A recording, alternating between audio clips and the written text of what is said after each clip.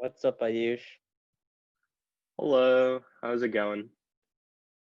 Pretty good. That was a very evasive way to answer the question. Well, I'm just really full right now because I had a very filling meal of chicken biryani. So I'm just letting it settle down. If it's not Trader Joe's Indian food, is it really Indian food? That Indian food is fake. I swear to God, there's like no spice. It's not Indian. It's a white take on Indian food. And that's just basically just having plain boiled chicken. That's what white food is to me. Plain boiled chicken. That's what I know and love. All right. Well, so this week's episode was mainly going to be about Lebanon. And we had gotten a few requests about this. And moreover, it was in national headlines the past few days and past few weeks. So I'm pretty sure everyone's heard about the recent Lebanese bombing that happened. Not really a bombing, but it was more over an explosion. Explosion, yeah. And in the aftermath of the situation, a lot of the people in Lebanon were calling for an overthrow of the government because they were failing to handle the situation. And that led to the Lebanese prime minister eventually announcing that he was going to be stepping down. And this like instability that's been pretty apparent in Lebanon over the past few weeks has been actually a factor that's plagued Lebanon ever since its independence in post World War II. So in post World War II, France finally let go of its control of the Lebanese colony. And they were like doing pretty well after that, but like France still had its troops area in the region. But after a few international pressures from the UN, they eventually like completely left Lebanon.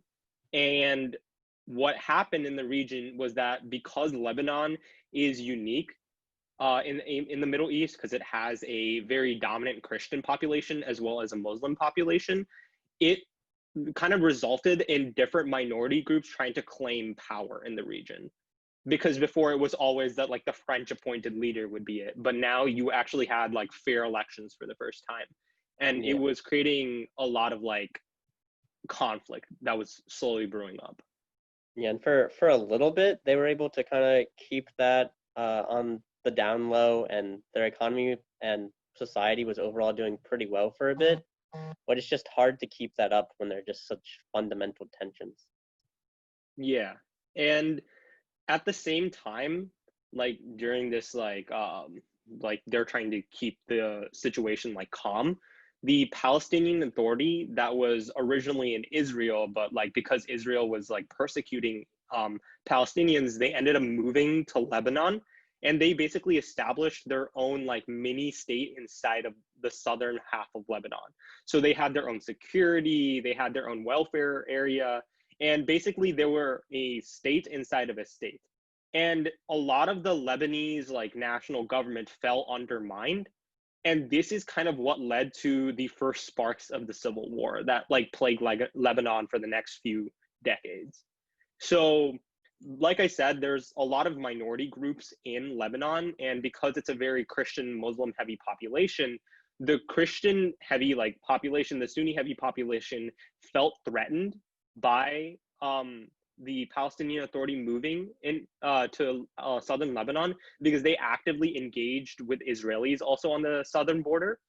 So they Uh, kind of launched a offensive against the Palestinians. And at one point, while like some Palestinians were on the way to Beirut, which is like the capital of Lebanon, like 22 of them were killed by Christian gunmen. And that is like the exact turning moment when the civil war started. Because just hours after that, the complete capital of Lebanon went into full out warfare, and that spread to the rest of Lebanon as well.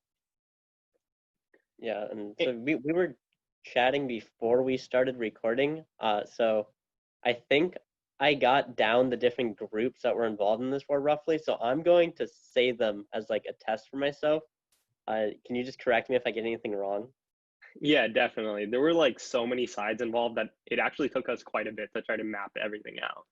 Yeah, so yeah, just correct me if I get something wrong. So one of the big ones was something called the Lebanese National Movement, and they were basically like pan-Arab nationalists. and they were generally, kind of far left. And then at first there were some tensions, but they ended up allying with the Palestinians for part of the war. And then there's the PLO, which was like the main Palestinian group, which was predominantly Muslim Palestinians, but there were some Christians involved. And so, yeah, and they were mainly at war with Israel, but then everything got involved. And then there was the Lebanese national movement was Sunni militias mainly, and then there were Shiite specific ones for the other like main branch of Islam, such as Hezbollah and Amal were some of them, I think you said. And they like got support from other countries like Syria and Iran. And then obviously there is Syria, which, and this part really confused me. They were called by the Lebanese government, but then like turned on them and started occupying the country. And then Israel was like at war with the Palestinian, and because sort of the enemy is my enemy, my enemy is my friend, they like allied with the white ring like Christian groups.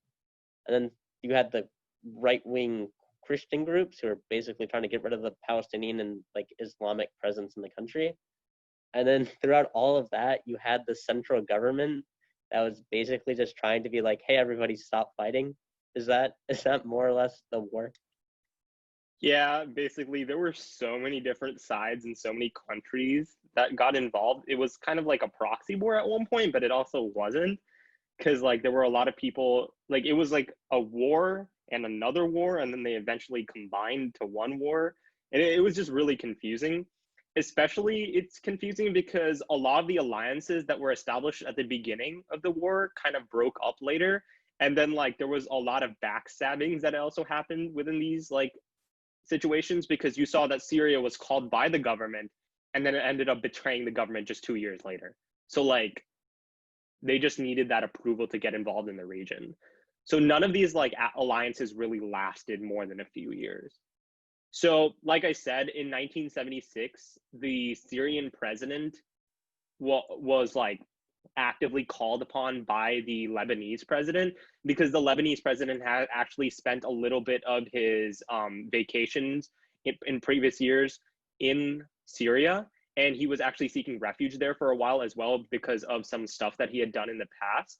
So the Syrians ended up like sending in over 2,000 troops, and they ended up siding with the Christians and like the main government to help control the Palestinians and the Sunnis in the region. But by 1978, like I said, just like 2 years later, the Syrians ended up backstabbing the Christians and pursued their own goal of taking over the capital of Lebanon and eventually the entire nation. So, however, at the same time, like as Donovan mentioned, the Christians and the Israelis were like allies, because the enemy of the enemy is my friend. So Israel ended up pushing in to try to stop Syria from taking over Lebanon, because they had significant interest in the region, also trying to squash down the PLO and trying to squash down just like the Muslim population there. So they ended up like pushing into Syria. But after UN pressures were applied just internationally, they ended up leaving the region. But when they left the region, they gave a lot of their bases that they occupied and took from like the Palestinian Authority and took from a lot of different areas, and they left it all towards the Christians. So the Christians had like a very dominating power in the region. So Israel gave it to the Christians and not like UN peacekeepers? Yeah, it's really weird because they were supposed to give it to UN peacekeepers, but they just like didn't listen. So that created more conflict in the region, because now they were like, hey, they're not listening to the UN. Why should we listen to the UN when it came to other minority groups? So at that same time as well, when Israel finally left the region, because they had devastated like the Palestinian Authority and the Sunni population so much, they basically fell out completely. And the PLO ended up like fleeing over to Tunisia to base their new operations. Like, what happened within those groups and like the other countries that were supporting them when they just fell apart? Yeah. So, well, when it came to the PLO, because like Israelis completely marched in and took over everything, so that's why basically they lost all of their authority in the area. So that's why they had to move. But when it came to the Sunni group that was in charge, their leader was assassinated by Iraq because Iraq kind of like went in and started like a rogue group within their organization that eventually took them over and they assassinated them. So you see that Syria is already involved, and now Iraq has like inserted themselves into the situation. This is no longer just like a Lebanese like religious war. Now it's more like, hey, who can take over Lebanon? And yeah, so that same proxy group ended up trying to assassinate an Israeli diplomat later on, and that failed, and it really heightened tensions with Israel. So Israel was like, hey, we're not listening to the UN agreement anymore, we're no longer like backing out, and they pushed in with like 60,000 troops, and they took over like so much of Lebanon in such a small time. And this is like mainly the part where the Palestinian Authority kind of left the region, because they literally had nothing after 60,000 Israeli troops just pushed in and took over everything they had. And um, peacekeeping troops were also deployed from the EU and USA in that region. And things finally calmed down until the leader of the Christian group was killed by a Syrian proxy group. Once again, Syria is getting involved, and like they were allies with the Christians earlier, but they ended up assassinating the Christian leader later. And that led to like massive protest and massive like killings. And that once again reignited the war that was starting to calm down, because like the EU and USA had sent in peacekeeping troops. So now these peacekeeping troops were fearing for their safety, because the Christians ended up massacring many like Muslim Lebanese like civilians at refugee camps. And when you looked at the end of the day, a lot of people ended up blaming Israel, because the Christians and Israel were allies, and Israel just kind of like sat aside and just turned a blind eye while the Christians were doing all this, because Israel was giving them a lot of the weapons that they needed. So it's really confusing, because if you kind of look at it chronologically and just like look at all the alliances, you can see that the Syrians, the Israelis, and the Christians were all allies at one point, which is really weird, thinking that like they have very different motives in the region. Yeah. Another thing is those killings of refugees in refugee camps. They were specifically targeted to Shia Muslims, primarily because the government of Syria was primarily Shia. And so throughout most of this like war in the power vacuum that was happening, Shia Muslims were generally either kind of forced to ally with either the Syrian government or the Palestinian Authority. But by this point, Iran had started playing a big role and was backing a group called Hezbollah, which is like a still big deal now in the Middle East and in Lebanon. And basically, Hezbollah became the dominant military force for Shia Muslims in Lebanon. Yeah, and it's like really interesting, because Iraq was trying to do the same thing that Iran had done successfully with the group Hezbollah, but they weren't as successful because they caused so much Israeli retaliation. But Iran was a lot better funded. They had a lot more resources, so they were able to give Hezbollah the resources they needed. So while Iraq was taking most of like the like fire from Israel, Iran's like proxy group in the region was like doing their own thing, and eventually they became very powerful, and they ended up fighting against Israel, bombed U.S. embassies in Lebanon, and they gained like a lot of international recognition of being like a terrible, terrible group. So then eventually the civil war starts to end up calming down when the Taif agreement is negotiated. So this made it so like all these different like militias and religious militias that existed ended up like putting down their arms and became political like organizations instead, that were seeking like a little bit of like recognition within the government and a little bit of representation. And this agreement also resulted in free elections, which was something that was not happening for years and years, and that meant a lot for the Lebanese citizens. So Syria and Israel actually remained in Lebanon, even though this agreement was negotiated. So that kind of like really undermined most of the agreement. And even though a lot of militias and organizations ended up putting down their weapons, Hezbollah was allowed to keep its weapons because the Lebanese government felt like, hey, when we were at your lowest, you defended us against Israel. And that like is something that we'll never be able to like fully repay you for. So the least that we can do is let you keep your weapons. And they would later realize how big of an issue this was. Yeah, because at this point, it also has Hezbollah has a political party, which is like a small to medium political party in terms of elections in Lebanon. But because they also have their militia part that is heavily armed, they have a really outsized influence over Lebanese politics, and that has created a lot of problems because they can't anger them too much, even though they're not that big of a group, because they're a heavily armed group. Yeah, yeah. So slowly over the years, with like Hezbollah still being active, like international pressures were being applied on Syria to leave the region. So eventually, Syria negotiated to leave Lebanon, and that was the end of that. But you can still see that Israel and Hezbollah were still very active in the region. And because the government didn't necessarily put down Hezbollah when they had the chance, they basically spiraled into an organization that like is going to be in Lebanon for a very, very long time. Yeah, especially since they're still getting support from Iran. Yeah, yeah. And like now that I'm pretty sure Iraq has also started to support Hezbollah, and it's just like a whole mess in the region. It's just really, really, really bad for just like the Lebanese government and just everything that's happening there.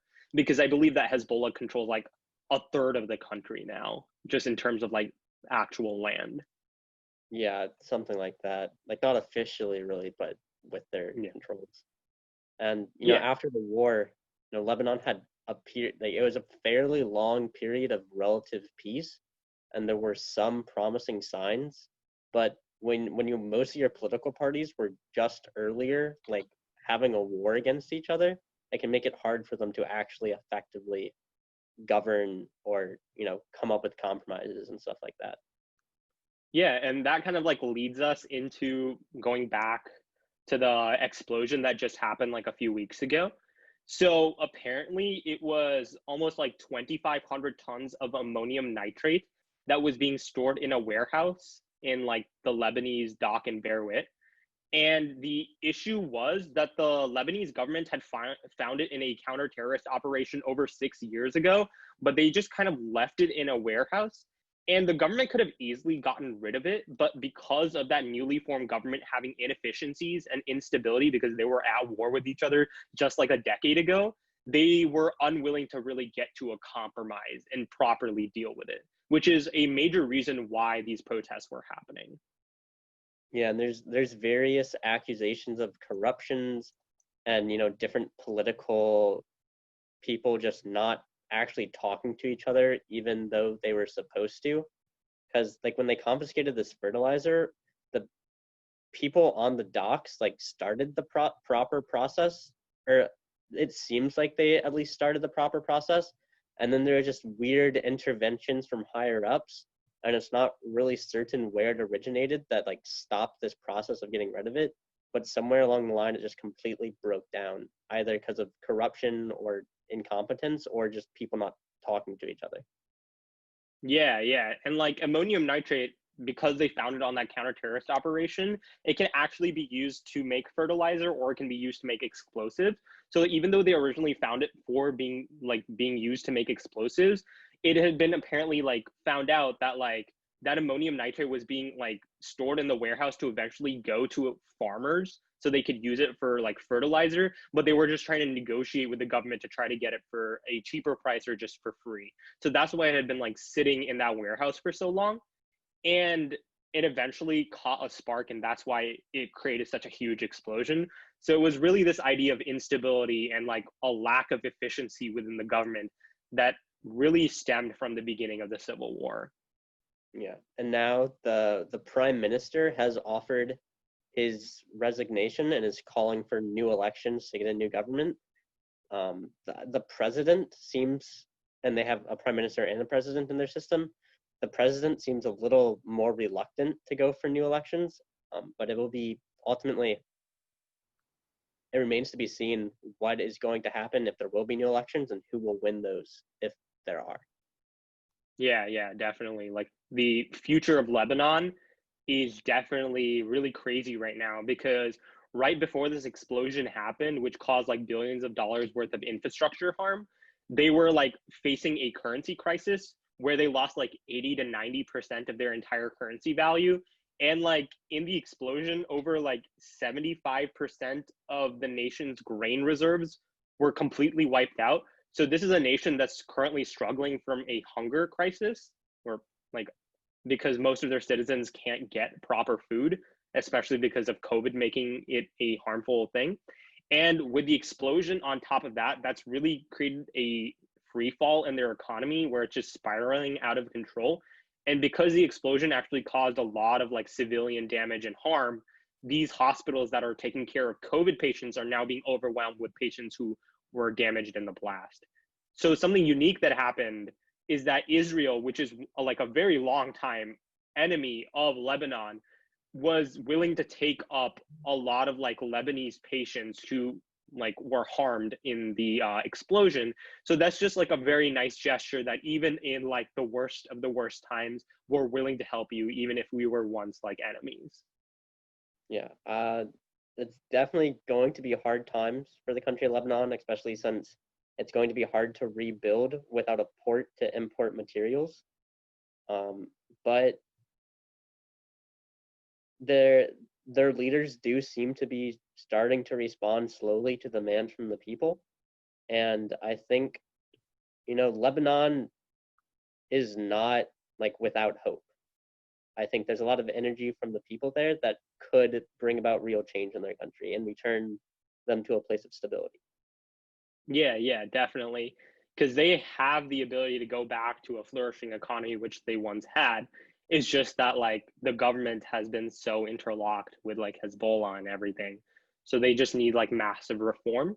And if that happens successfully because of this COVID push that's been calling for a protest and stuff that happened very recently in April and have been happening once again after the explosion, they really have the energy to have that social change that they've been desiring. Awesome. Awesome. Any final thoughts or concerns, Donovan? Um, it's a cause worth supporting. I think helping various charities going to Lebanon. Just make if you choose to do that, make sure you're choosing a good charity or a good organization. And I hope things work out for the best there and most places around the world. Mm-hmm. Definitely, definitely.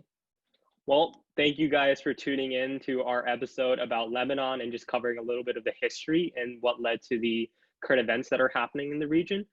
And if you have any suggestions for next week episode, just leave it down in the comments below, or you can personally contact one of us. But thank you so much for tuning in. I hope you have a great day, guys. Peace. Peace.